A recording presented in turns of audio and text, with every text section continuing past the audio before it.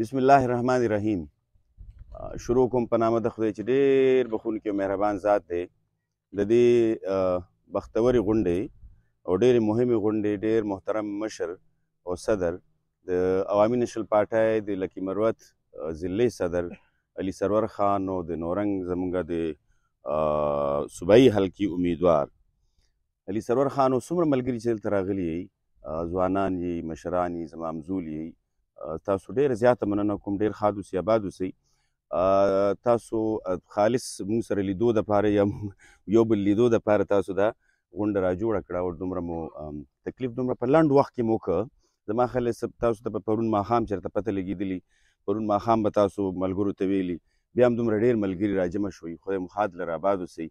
په رښتیا خبره خو دا ده چې موږ ستاسو حرکت، سیاسي او تنظیمي حرکت په پېښور کې ناست وینو، پېښور کې ناست یو، ستاسو سیاسي او تنظیمي حرکت وینو، نو زړه مو ډېر ډاډ شي، لکه ډېر زیات په دې خوشحاله شو، ډېر زیات په دې ډاډه شو، ډېر زیات په دې د جامو کې نه ځایږو، دومره زیات خوشحاله شو. زه تاسو ته هغه خوشحالي ویلی نه شم چې ستاسو تنظیمي او سیاسي حرکت د دې څومره وخت نه چې روان دی، که هغه د سیاسي حواله باندې د جرګو مرکو شکل کې دی، که د میټینګونو شکل کې دی، که د جلسو په شکل کې دی، او هغه تنظیمي حواله باندې ممبرسازۍ په حواله دی یا نورو حوالو باندې دی، او هر یو تحصیل ته او هر یو ویلیج کونسل ته او هر یو کلي ته تاسو ورسېدئ، دا ډېر لوی کارنامه تاسو کوئ. شاید چې اوس تاسو ته دا علم نشته یا تاسو په دې شاید چې اوس نه خبرېږئ چې څومره لوی د راروان نسل دپاره، د راروان تاریخ دپاره تاسو څومره لویه سرمایه جمع کوئ. هغه سرمایه څه ده؟ هغه سرمایه قامي پوهه ده، هغه سرمایه قامي شعور دی، هغه سرمایه د ملت شعور دی، هغه سرمایه د خپل ټولنې شعور دی، د خپل ټولنې پوهه ده. او باچا خان به وایي پوهه څه ده؟ پوهه رڼا ده. نو هغه رڼا دپاره د رڼا کاروان دی، د رڼا کاروان سره ملګري یئ، او د رڼا کاروان په لارو کې چې کوم خنډان ایښودلی کېږي، د ډېر وخت نه ایښودلی کېږي. نو تاسو ګورئ چې د فرنګي د زمانې نه 3-4 خنډان تاسو ته معلوم خنډان دي چې هغې دپاره صرف د باچا خان بابا دا د رڼا کاروان لګیا دی.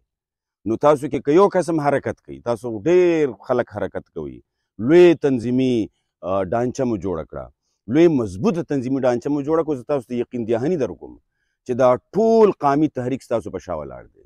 زه تاسو ته یقین دهاني در کوم چې دا ټول قام ستاسو په شا ولاړ دی.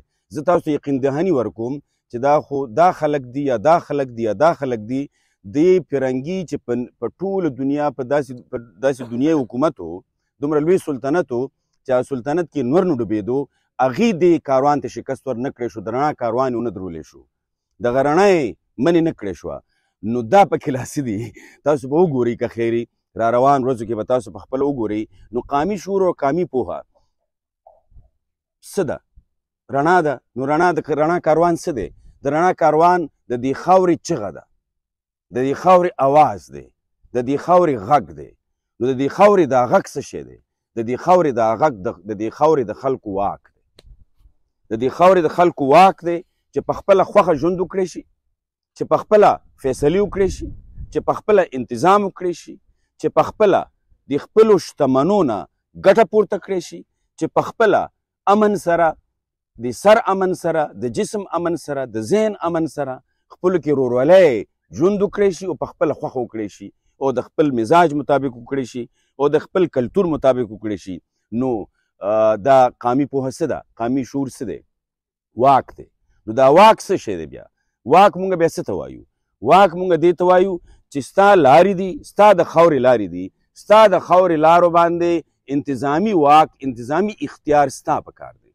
ته دې دپاره نمایندګان ټاکي، ته دې دپاره بلدیاتي نظام ټاکي، ته دې دپاره د بلدیاتي نظام خلک ټاکي، ته دې دپاره اسمبلۍ ته خلک لیږي، ته دې دپاره صوبایي اسمبلۍ ته خلک لیږي، ته دې دپاره سینټ ته خلک لیږي. نو چې ته دې دپاره سینټ ته خلک ولیږلی شي او په خپله خوښه یې ولیږلی شي، او ته دې دپاره قومي اسمبلۍ ته خلک ولیږلی شي او په خپله خوښه یې ولیږلی شي، او ته دې دپاره صوبایي اسمبلۍ ته خلک ولیږلی شي، او بیا هغه ستا دپاره قانون سازي کوي.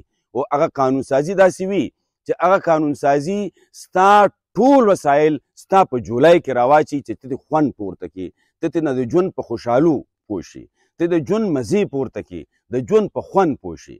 او دا واک چې دی څنګه چې ما وایي چې دا قامي پوهې سره تړلی دی، دا قامي شعور سره تړلی دی، نو دا شناخت سره هم تړلی دی. خو په شناخت باندې زه لږ وروستو راځم چې دا شناخت بیا زمونږ ټپې سره هم تړلی دی، زمونږ سندرې سره هم تړلی دی، زمونږ شعر سره هم تړلی دی، زمونږ کړه وړه سره هم تړلی دی، زمونږ لباس سره هم تړلی دی، زمونږ ژبې سره هم تړلی دی، زمونږ لهجې سره هم تړلی دی، زمونږ هواګانو سره هم تړلی دی، زمونږ ناستې پاستې سره هم تړلی دی، زمونږ خوراکونو سره هم تړلی دی، زمونږ ساګانو سره هم تړلی دی. دا شناخت دومره لوی څیز دی. نو چې کله یو قام نه د قام واک اخیستلی کېږي نو هغې دپاره د فرنګي د زمانې نه راوخه تر دې پورې د فرنګي د تسلسله پورې د فرنګي نوکرانو پورې چې کومه کیسه کېږي نو هغه کیسه به تاسو ته بیخي مخامخ ښکاري. یو کیسه دا کېږي چې اسلام په خطره کې دی، اسلام په خطره کې دی، راپاسئ او اسلام بچ کوو، راپاسئ او مذهب بچ کوو، راپاسئ او دین بچ کوو. اوس په پته پوه نه شو چې کله هم دا د اسلام په نامه خلک راپاسي او دا خبره کوي نو هغه بیا ورسره ووټ هم غواړي او ورسره ځمکه هم غواړي او ورسره ټوپک هم غواړي او دا ټول خپلو کې اتحادین دي. تاسو به یو د اسلام په نامه چې کوم خلک سیاست کوي یا د مذهب په نامه چې کوم خلک سیاست کوي تاسو به یو کس دا نه لیدلی چې هغه په خلکو باندې زور زیاتی غندنه کوي، هغه د پولیس په تاڼو د حملو غندنو کوي. تاسو به نه لیدلی، کله نه هم په جومات کې اورېدلی، نه هم په مدرسه کې اورېدلی. دا مطلب اتحادین دي، لارې ګودرې وله لټوي، نظریې ولټوي، نظریې نشته.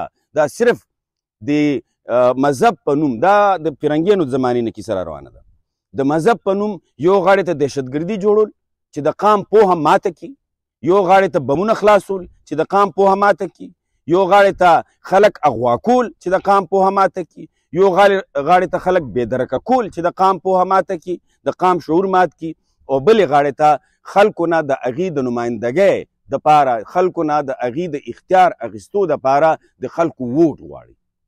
ما تر اوسه یو کس داسې ونه لیدو چې د اسلام په نامه سیاست کوي او هغه اسمبلو ته نه ایتلی.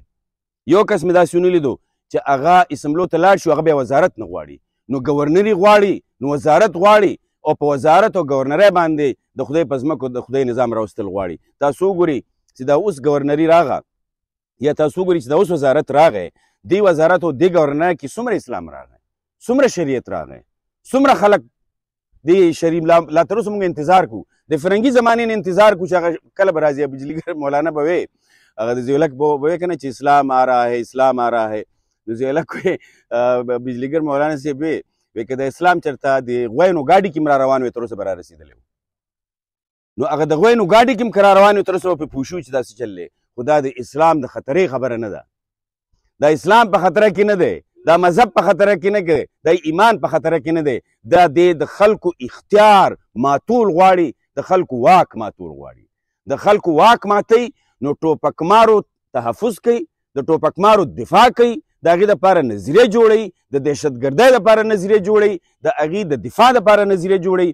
دا په جوماتونو کې مدرسو کې خورئ، د هغې دپاره سپورټ بیس پیدا کوي او بیا خلک داسې یره کې ګرفتار کړي، داسې یره کې رونخلي چې څوک د هغې نوم نشي اخیستی. په نوم اخیستو هم خلک یریږي، دومره یره را پیدا کړي. نو قامي واک څه کوي، قامي پوهه څه کوي، قامي شعور څه کوي، د رڼا کاروان څه کوي، دا یره ماتوي. مونږ تاسو خدای دې دپاره را پیدا کړي یو، د باچا خان بابا کاروان دې دپاره خدای را پیدا کړی دی چې دا یره وماتوي. نو دا قام یو غاړې ته خو د مذهب په نوم د دهشتګردۍ ښکار کي، نو واک تې والي، نو د ګرځېدو واک تې والي، نو د روزګار واک تې والي، نو د دکان واک تې والي، نو د حجرې واک تې والي، نو د جومات واک تې والي، نو د مدرسې واک تې والي، نو د سکول واک تې والي. او بلې غاړې ته د خلکو، د ټولو خلکو د وسایلو واک تې والي. تاسو به یو کس تر اوسه پورې دا نه لیدلی دا چې څوک وایي چې مونږ شریعت راولو، د مذهب په نوم سیاست کوي او دلته د دهشتګردۍ او د یرې یو ماحول جوړ کړی. تاسو به یو کس دا نه لیدلی چې دلته ګیس راوځي، دا ګیس پنجابه پورې ځي. ما ته اوس علي سرور خان دا خبره وکړه چې دا ګیس تر پنجاب پورې ځي. د پاکستان په آئین کې آرټیکل 157 158 کې موږ سره منلي دي چې په کوم ځای کې د ګیس کوې دی هغه خلک به اول ګیس الي، بیا چې په کومه صوبه کې هغه علاقه ده هغه صوبې ته به د هغې نه وروستو میلاویږي او د هغې نه وروستو بیا ټول پاکستان ته فیډریشن شیډول 2 کې چې کوم ترتیب جوړ دی هغه ترتیب باندې ملاویږي. دا خو د آیین هم خلاف ورزي ده، دا خو د خدای د احکاماتو هم خلاف ورزي ده، دا خو د قومي شعور هم خلاف ورزي ده. دا خو رڼا وجل دي، رڼا دا خو ته رڼا وجني، دا خو په رڼا روز رڼا وجني، په رڼا روز رڼا وجني، دا خو د خلکو واک وجني. نو دا قومي پوهه یو غاړې ته خو د مذهب په نامه د دهشتګردۍ جوړولو، د مذهب په نامه د سیاست کولو، د مذهب په نامه د کرسۍ ته د رسېدو، د مذهب په نامه اقتدار ته د رسېدو یو عجیبه صورتحال د فرنګي د زمانې راول تر اوسه پورې جوړ کړی دی. او دا صورتحال تاسو ګورئ ګیر چاپېره دی. ملګرو زه درته په رښتیا دا وایم چې که دې ته د باچا خان بابا د رڼا دا کاروان نه وی ولاړ تر اوسه پورې دا مونږ دلته چې څومره خلک ناست وو دا به نو دا ټول وطن به قبضه و، چا به خبره هم نه شو کولی چې قبضه ده، یعنې د قبضې ذکر هم چا نه شو کولی. نو دعا کوئ او زما خیال دا دی چې مونږ له په دې د خدای نه شکر ویستل پکار دی چې مونږ ته خدای دا شعور راکه، دا پوهه راکه چې د دې رڼا کاروان برخه یو. دا ډېره لویه برخه ده چې مونږ ته ترلاسه شوې ده. دا ورکوټې خبره نه ده، دا وړوکې خبره نه ده، ډېره لویه برخه خدای راکړې ده په دې شعور کې ډېر لوړ. نو واک چې ماتوي نو د مذهب په نامه سیاست، د مذهب په نامه دهشتګردي، او بیا دې سره سره دا کوي دا چې دا قام نه، د قام پوهه چې ما ووی، د قام شعور چې ما ووی، د قام شعور ختموي، د قام شعور ماتوي. نو دا میران صاحب چې خبره کوله چې جنوب او شمال او مشرق او مغرب او دا جنوبي ضلعي دی او دا شمالي ضلعي دی او دا مغربي ضلعي دی او دا نوي ضلعي دی او سموده کې به فاټه وه، بیا د ډیورنټ کرښه راښکه، نو ډیورنټ کرښې نه ساخوا پاتې شه، دې خوا پاتې شه، یو زور به شه، بیا فاټه او نان فاټه کې تقسیم که، بیا هغه نان فاټه چې وه نو هغه برټش بلوچستان کې څه واچولو، څه پښتونخوا کې راغلل، نو دا زور یې د قام ټوټې که. نو هغه زور خو څه ناسه شکل کې مونږ د انضمام سره لږ زور رایوځای که، خو هغه انضمام هغه خپل منطقي نتیجې ته نه پرېږدي، انضمام هغه فایدو ته نه پرېږدي، خلک ترې مایوسه کوي. دې باندې د انضمام باندې خبره نه کومه، پرون پې تفصیلي خبره کړې ده، خو زه عرض دا کومه چې قام په دې حواله ماتوي. نو د قام شعور کې د ځای په ځای ټوټې، کله قبایلي حساب سره ټوټې را پیدا کړي، دا پلانې قبیله ده، ډنګړی قبیله ډنګړی، نو قامي شعور مات کړي. اوس قبیلې مونږ نه څوک اخیستی خو نه شي، مونږ خپلې شجرې څوک اخیستی خو نه شي، خو دا د شجرو په بنیاد حقونه ته نه شي ګټلی، د شجرو په حساب، د قبیلو په حساب واک نه شي ګټلی، د شجرو د قبیلو په حساب که ته صرف شجرو قبیله یادی په هغه حساب ته قام نشي جوړېدی. نو د قام شناخت چې ماتوي، قام نه چې واک اخلي، نو دا د قبیلو شعور پکې یا د قبیلو کیسه پکې په مخ کې بوځي، څنګه چې د مذهب کیسه پکې په مخ کې بوځي. او د مذهب هغه مونږ شکر دی ټول مسلمانان یو، دا د مذهب ټیکهدار کله راسې راغلی دی، دته کله راسې دا خدای حواله کړی دی چې ته به خلک جنت ته بوځي او ته به خلکو له سرټیفیکټونه ورکړي او دوزخ ته به بوځي. دا کله ویلی دي؟ دا په کم آیت کې، دا په کم حدیث کې دي؟ شکر دی مونږ ټول مسلمانان یو، مونږ د ده دا ټیکهداري بیخي نه منو. او دا ټیکهدار، دا خورکوټی ټیکهدار دی، د دې ملک دا ریاست او د ریاست دا نظام، دا د دې مذهب تر ټولو غټ ټیکهدار، دا مذهب خرڅوي، دا دهشتګردي خرڅوي، دا د دهشتګردۍ روزګار کوي، په جنگ پیسې ګټي، د خلکو په سرونو ماتولو پیسې ګټي، د خلکو په وینو تویولو پیسې ګټي. نو دی ورکوټی ټیکهدار دی چې ځای په ځای کله د مدرسې شکل کې دی، کله د یو مذهبي جماعت په شکل کې دی، کله د یو بل شکل کې دی، کله یو بل ټولګي شکل کې دی، کله یو بل تاسو وینئ دا ټول ټولګي ګیر چاپېره ګرځي راګرځي، کله د تنظیم په شکل کې دی، کله د ټوپکمار په شکل کې دی، کله د پټکي په شکل کې دی، کله په بل شکل کې دی، کله په بل شکل کې دی. عرض دا کومه چې د قام واک ماتوي، نو څنګه چې د مذهب په نامه او د دهشتګردۍ او د جنگ د روزګار په ذریعه د قام شعور ماتوي، داسې علاقایت را پیدا کی، قبایلیت را پیدا کی او هغې سره د قام شعور ماتوي. مونږ دې ته باید چې ډېر زیات بیخي ورته په دې کانشس یو، په دې ورته بیخي بیداره یو چې دا د قبایلیت په بنیاد یا د علاقیت په بنیاد قام مات نه کی. نو چې قام مات کی نو د قام شناخت مات کی، نو د قام شناخت سره د قام واک تړلی دی، نو واک ته زر والي. نو مروت چې یوازې شي نو بیا مروت به یوازې وهي، نو مومن چې یوازې شي نو مومن به یوازې وهي. نو هغه یوازې کی بیا مات کی، بیا نو وزیر به یوازې کی نو بیا مات کی، نو مسعود به یوازې کی نو بیا مات کی، نو افریدی به یوازې کی نو بیا مات کی، نو کاکړ به یوازې کی نو بیا مات کی، نو اچکزی به یوازې کی نو بیا مات کی. نو د قامي شعور او د پوهې او د قام د پوهې او د قام د شعور دا د رڼا کاروان دی چې د قام خبره کوي. نو د قبیلو په بنیاد او د علاقو په بنیاد دا د رڼا کاروان. زه د بډبیرې نه راغلی یم، علي سرور خان د نورنګ دی، تاسو دلته به د غزني خیلو یي، څه ملګري به د ګیر چاپېره علاقو یي، خو د وزیرستان دی ملګري، د باجوړ ملګري موږ سره چې کوم راغلی، د بونیر ملګري موږ سره راغلی دی. موږ د بېلابېلو علاقو بېلابېلو قبیلو خلک یو، خو د رڼا د کاروان په دې خبره باندې موږ بالکل یو خوله یو، یو اواز یو چې د قام واک پکار دی. نو د قام دا واک د مذهب په نوم سیاست، دهشتګردي، ترهګري، ټارګټ کیلینګ، بېدرکای دا د مذهب په نوم کوي، د خدای د سپېڅلي نوم باندې کوي. دا څومره د دې نه هم زه دا تپوس کوم، موږ ته دا تپوس بار بار کوو چې وروره ته د څه دپاره لګیا ته موږ ته ووایه که نه ستا جنګ چا سره دی؟ خلکو سره دی، د دې خلکو وسایلو سره دی، د خلکو اختیار سره دی، د خلکو خوشحالۍ او سوکالۍ سره دی جنګ دی. چا سره دی جنګ دی؟ ته کوم ځای شریعت راولې؟ په هغې خو مو پوهېږه که نه چې کوم ځای کې خلک ټول ورځ مونځ اودس کوي، کوم ځای کې خلک همیشه روجې نیسي، کوم ځای کې خلک ټول عمر حجونه او عمرې کوي، کوم ځای کې خلک ټول عمر زکاتونه ورکوي، هغلته ته شریعت راولې. او کوم ځای کې چې خلک نه روجه پیژني، نه مونځ پیژني، نه زکات پیژني، هغلته ته شریعت نه راولې. د کومې زمانې شریعت راولې؟ په دې خو مو پوهېږه که نه؟ که دا خبره ورسې نو تپوس دې کوو چې مهربانه شه په دې مونږ پوهېږه دا کار د کم کار کوي، د چا کار کوي؟ دا خلک د ټوپک مارۍ سره چې د ټارګټ کلینګ ښکار کوي یا ښکار کېږي یا تی وسیله جوړېږي. دا ټوپک خو تا سره دی، خو دا ټوپک چا درکړی دی؟ دا ټوپک سرکاري دی، دې کې دا کارتوس هم سرکاري دی، ستا دا ګاډی هم سرکاري دی، درکړی بل چا دی.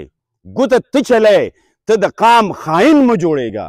مونږ درته خواست کوو چې راځه کښېنه مونږ سره، د قام خاین مه جوړېږه، د قام د خوشحالو کې د خیانت سبب مه جوړېږه، د قام د واک اخیستو کې، د قام نه د واک اخیستو کې هغه جابر او استعمار مه جوړېږه، د هغې الیکار مه جوړېږه، د هغې نوکر مه جوړېږه. نو د قام واک چې علي نو د مذهب په نوم سیاست او ترهګري راولي، د علاقایت احساس راولي نو قام ماتوي، نو د قبیلیت احساس راولي نو قام ماتوي. نو بیا دا مو کی چې زما شعر هم حرام شي، زما شاعر هم جلا وطن شي، زما سندره هم حرامه شي، زما سندرغاړ هم جلا وطن شي، زما مورنۍ ژبه هم د سکولونو نه په ټوله دنیا کې دا منلی شوی حقیقت دی چې ماشومان سبق یا ماشومان تعلیم یا زده کړې په مورنۍ ژبه کې ښې کولی شي، ټوله دنیا کې نافظ ده. خو دې مورنۍ ژبې د سکولونو نه جلا وطن کړي دي، د سکولونو نه مورنۍ ژبې شړلي دي. دومره لوی ظلم او جبر دا د قام شعور ماتوي، ځکه چې د مورنۍ ژبه کې د قام شعور راځي خلکو ته. دا د نیا او د نیکه کیسه چې تا ته کېږي او ته پرې پوهېږي، بیا اله هغه پوهه او هغه شعور د خاورې شعور، د خاورې چغه چې ما ته وایي خاورې چغه ده، نو د خاورې چغه ته اله اورېدی شي چې کله مورنۍ ژبه وي. نو د قام اختیار او د قام واک دا دې سره تړلی دی. دا زه تاسو ته وایم چې د عوامي نېشنل پارټۍ په منشور کې مونږ دا ډېر وضاحت سره مونږ دا را روانو. اوس چې د پنجاب غاړې ته څومره سړکونه دي، ته به یې که په رنوی روان یم، نه چېرته مات دی، نه چېرته مسله ده، نه چېرته غوبل دی، نه صفا سوتره مقدسه ځمکه ده، پاکه ځمکه ده، مقدسه ځمکه ده، هغې کې هر څه صفا سوتره دي. چې څنګه د پښتونخوا د علاقې ته راشي سړک به ماتي، ځای به خرابي، خلک به عجیبه طریقې سره وهلی کېږي، د خلکو روزګار به درته ښکاري چې مارکیټ روان دی، دوکانونه خلاص دي خو روزګار نشته،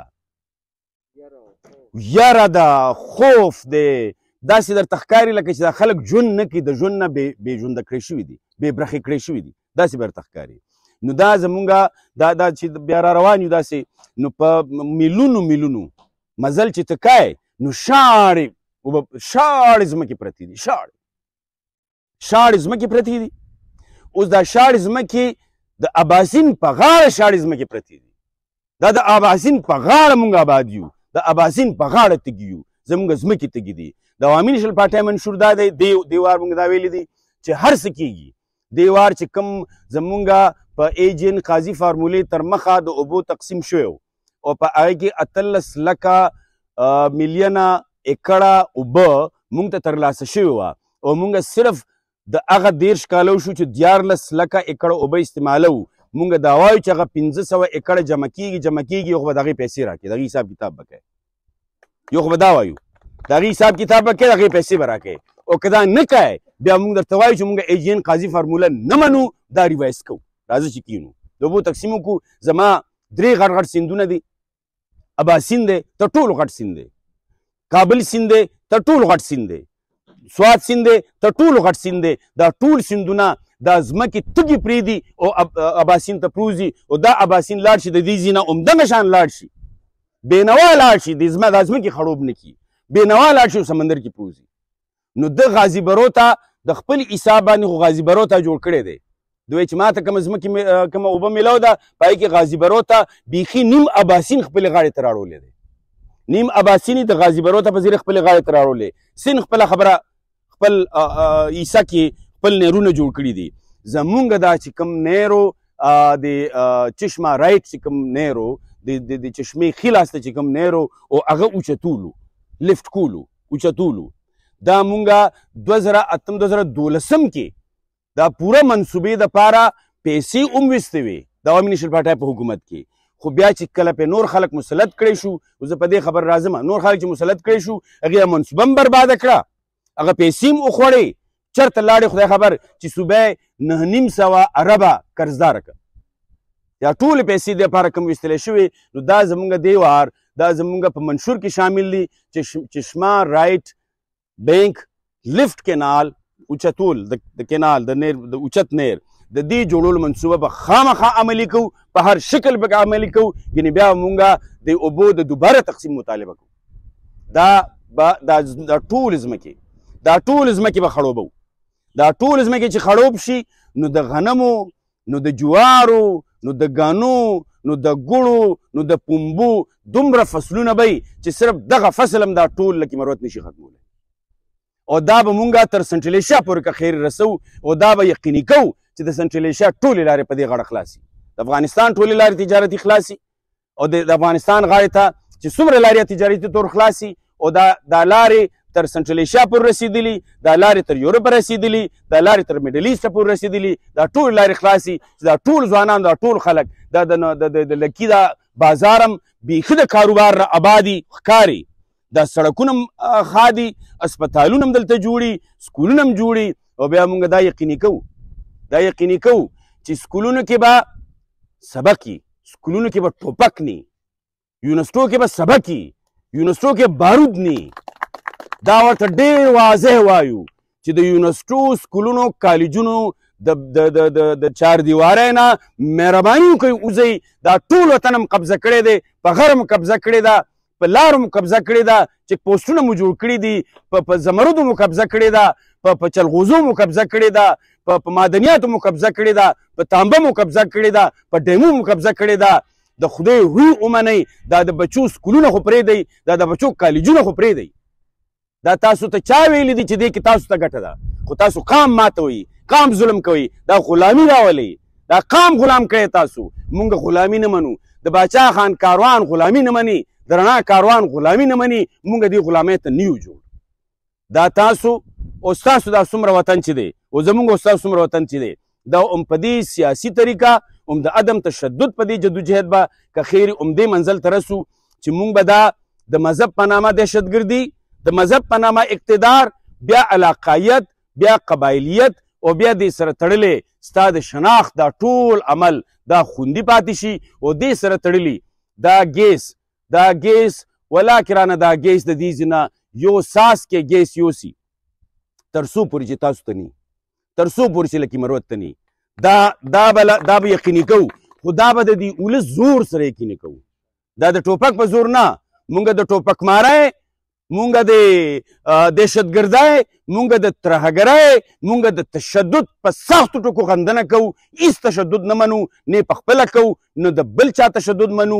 مونږ د سیاست خلک یو، د عدم تشدد خلک یو، د باچا خان بابا د رڼا د کاروان خلک یو، مونږ د دلیل خلک یو، مونږ د مکالمې خلک یو، مونږ د مباحثې خلک یو، مونږ د ډایلاګ خلک یو. راځئ چې په دلیل خبرو وکړو، راځئ چې په دلیل خبرو وکړو. دا ګیس د چا دی؟ راځي چې په دلیل خبره وکړو. چې د اوبه د چا دي؟ راځي چې په دلیل خبره وکړو. چې د معدنیات د چا دي؟ او راځي چې په دلیل خبره وکړو چې ته د کم آئین تر مخه دا ملک چلې، په هغه آئین کې تا کم څیزونه منلي دي. تا آرټیکل 157 منلی دی، تا آرټیکل 158 منلی دی، تا آرټیکل 161 منلی دی. تا دا ټول څیزونه منلي دي. په دې ټولو څیزونو عمل کوئ. یعنې عدالت ته به دې راکاږو، په عوامو کې به دې بربنډو، په خلکو کې به بربنډو، او په دنیا کې به دې بربنډو. دا ډېر د افسوس خبره ده. په رښتیا خبره دا ده چې سړي زړه دردېږي چې یو غاړې ته دې واک اخیستی دی د لارو ګودرو، بلې غاړې ته دې واک اخیستی دی د اوبو، بلې غاړې ته دې په خلکو دهشتګردي نافظ کړې ده، بلې غاړې ته د بچو په سکولونو کې ټوپکمارۍ شروع کړي دي، د بچو په یونیورسټو کې ټوپکمارۍ شروع کړي دي، او بلې غاړې ته د خلکو د شناخت، د قومي شناخت نه د بې برخه کولو دپاره په خلکو کې عجیبه عجیبه خرافات خوارې کړي دي. د میډیا په ذریعه، د نصاب په ذریعه، د مدرسو په ذریعه، د پیش امامانو په ذریعه. دا د مدرسو امامانو ته، د مدرسو محتممانو، پیش امامانو ته خواست کوو دا قام ځمکه درکړي، دا قام چندره غونډه کې تاله چاردیواري جوړه کړي، دا قام ستا د مدرسې چلولو دپاره ستا د بجلی بل ورکوي، دا قام ستا ته ګیس را پیدا کوي، دا قام تا ته اوبه را پیدا کوي. خو هم د دې قام خلاف لګیا یې، هم د دې قام د واک خلاف لګیا یې، هم د دې قام د خوشحالو خلاف لګیا یې، هم د دې قام د خوشحالو خلاف. دا دسیسه دا د هغه خلکو ده کوم خلک چې د مذهب هم خلاف دي، کوم خلک چې د قرآن هم خلاف دي، کوم خلک چې د شریعت هم خلاف دي، کوم خلک چې د اسلام هم خلاف دي، کوم خلک چې انسانیت دشمن هم دي، کوم خلک چې اسلام دشمن هم دي، کوم خلک چې اخلاق دشمن هم دي، او کوم خلک چې قام دشمن هم دي. نو د قام دشمنو دسیسو کې مه راځه. نو د دې واک اخیستو دپاره د څه کوي؟ شناخت ماتوي، د څه کوي؟ جنگ راولي، د څه کوي؟ د مذهب په نوم کرسۍ ته د رسېدلو سیاست راولي، د څه کوي؟ د څه کوي؟ د دلته ټوپکمارۍ شروع کوي، د څه کوي؟ د دلته د ګیس اختیار، د دلته د اوبو اختیار، د دلته د معدنیاتو اختیار، او د دلته د تعلیم اختیار د خلکو نه تروړي، د خلکو نه علي. دا ظلم دی، دا جبر دی، دا انسان دشمنی هم ده، دا آئین دشمنی هم ده، دا قام دشمنی هم ده، دا وطن دشمنی هم ده. یعنی دا د ریاست په ضد هم یو خبره ده. که دا ریاست ماتول غواړئ، موږ خو غواړو دا چې دا ترقي وکړي، موږ خو غواړو دا چې دلته څومره قانون اوسېږي هغه د ورورولۍ په حساب اوسېږي، موږ غواړو دا چې دلته څومره قانون اوسېږي هغه ټول دی خدای په خپل اختیار کې خوشحاله ساتي، هغه ټول دی خپل اختیار سره، خپل وسیلو سره خوشحالي. یو بل کار هم کوي چې کله د قام شعور ماتوي، نو بیا پرې داسې خلک هم مسلط کړي چې هغه د قام د سیاست په ضد ولاړي. داسې خلک به مسلط کړي د قام د سیاست په ضد ولاړي، د قام د خوشحالو په ضد ولاړي. د قام صرف دا کوي هغې لالچ ورکوي، یو کس ته انفرادي لالچ، بل کس ته انفرادي لالچ، بل کس ته انفرادي لالچ، او هغه د قام واک، د قام اختیار او د قام شناخت ماتولو کې هغه خلکو سره مرسته کوي، د هغه دسیسو مرسته کوي کم خلک چې د اسلام هم دشمنان دي، کم خلک چې د قام هم دشمنان دي، کم خلک چې د انسانیت هم دشمنان دي، هغه خلکو سره مرسته کوي. دا خانه د هغه زمانې نه راول تر اوسه پورې اول د انګریز نوکرانو، بیا اوس د پاکستان د بادار ریاست نوکران دي، او بیا یو داسې جماعت، یو داسې سیاسي جماعت چې تیر شوي 10 کاله په دې پښتونخوا باندې مسلط کړی شوی او ورته بکسي پټې کړی شوی وي، بکسي غلا کړی شوی وي، RTS نافذ کړی شوی، انجینیرنګ ورته شوی، سرمایه‌کاري ورته شوی وه، د میډیا په ذریعه، د جماعتونو په ذریعه، د خلکو په ذریعه، د سوشل میډیا په ذریعه ورته سرمایه‌کاري به انتها لویه سرمایه‌کاري شوه، دا مسلط کړی شو، بیا هغې سره ملګری شو. دا کم قسمه سیاست دی چې تی کوي دا د قام دشمن سیاست پرېږده ته که خان یو که نواب یې د دې قام بنده یې راځه دې قام سره کښېنه چې دروند شي چې سپک نه را روان نسلونه به سپک حسابوي په تاریخ کې به سپک حسابېږي په تاریخ کې به ته غدار حسابېږي غدار ته د تاریخ غدار یې نو د دې خانانو نوابانو ته هم دا خواست کوو چې راځئ کښېنئ دې قام سره کښېنئ په دې قام سره جرګه وکئ دې قام سره مرکه وکئ د رڼا کاروان ته راشئ سرې جنډې ته راشئ د باچا خان بابا د سور بیرغ لاندې ودرېږئ چې د قام خوشحالي راوړو او تاسو هم په تاریخ کې روڼ سترګې یئ تاسو هم په تاریخ کې کوز سترګې نه یئ تاسو هم سر ښکته تاسو هم لږ ډېر پر روان نسلونو دپاره داسې د کنځلو سبب جوړ نه شئ چې ستاسو نوسي بیا چا سره سترګې نشي لګولی خپل کلي کې نشي اوسېدی هر څوک ورته پیغور کوي راځئ چې دې پیغورونه مو خلاص کړو راځئ د باچا خان بابا کاروان ته راشئ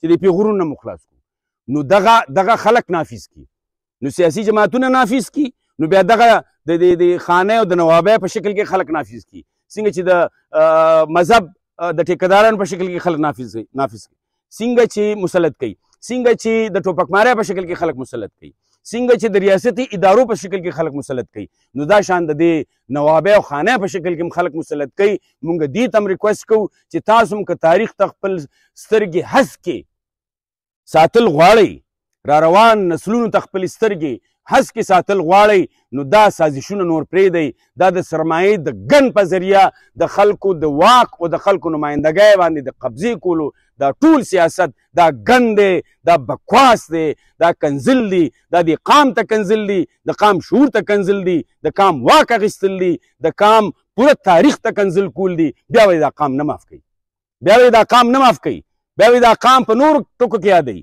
نو هغه نور ټکي زه اوس ویل نه غواړم هغه به تا قام په خپل یادوي نو راځه کښېنه که هر څه شوي دي 100 کاله چې سم شوي دي خو راځه اوس خو د قام سره کښېنه نو موږ دې ټولو ته دا خواست کوو او اخري خبره زه دا کوم صدر صاحب خبره وکړه ما مخکې په اوله کې خبره وکړه تاسو چې کوم تنظیمي حرکت او سیاسي حرکت شروع کړی دی په رښتیا درته وایم چې د رڼا د کاروان د رڼا دا کاروان دا به ورځ تر ورځه خورېږي دا پیغام به ورځ تر ورځه خلکو ته رسي را روانو نسلونو ته به رسي ځوانانو ته به رسي کورونو کې ښځو ته به رسي بچیانو ته به رسي د ټولو خلکو ته پیغام رسي وخت تر وخته هنرمندانو ته به رسي لیکوالانو ته به رسي دا خلک به دې قافلې سره راملګري کېږي که خیري نه مو اوس د قبایلیت په نامه بیلولی شي نه مو اوس د علاقیت په نامه بیلولی شي نه مو اوس د مذهب په نوم دوکه کولی شي نه مو اوس د پاکستان خطره کې دی نه مو د دې په نوم دوکه کولی شي نه مو د خانه او نوابۍ د ګن په ذریعه دوکه کولی شي نه مو د دهشتګردۍ او د ترهګرۍ د یېرې په ذریعه دوکه کولی شي که خیر دا د رڼا کاروان به خپل منزل ته رسي او را روان ځل چې تاسو دلته ډېر ښه هر څنګه چې تاسو ډېر ښه پرفارمنس وکړه په الیکشن کې مو وکړه د هغې نه مخکې مو وکړه د الیکشن نه وروسته به هم کوئ زموږ سیاست صرف الیکشن سره تړلی نه دی زموږ مرام صرف الیکشن سره تړلی نه دی تر څو چې د قام د واک هدف نی ترلاسه شوی تر څو چې د قام وسیلو باندې د قام مکمل اختیار نی ترلاسه شوی تر څو پورې چې د قام شناخت نی خوندي کړی شوی تر څو پورې قامي مساوات دلته نی راغلی تر څو پورې چې جمهور حکمرانی نی تر څو پورې چې د خلکو حکمرانی نی راغلی تر څو پورې چې دا تجارتي لارې نی خلاصې تر څو پورې چې مونږ د ټول وطنونو کې روزګار نی خور کړی تر څو پورې چې مونږ خپلې اوبه خپل ګیس او خپل بجلی او خپل ځنګل او خپل معدنیات او خپل زمرد او خپل تانبه او خپل سره زر او خپل کوله نی ترلاسه کړي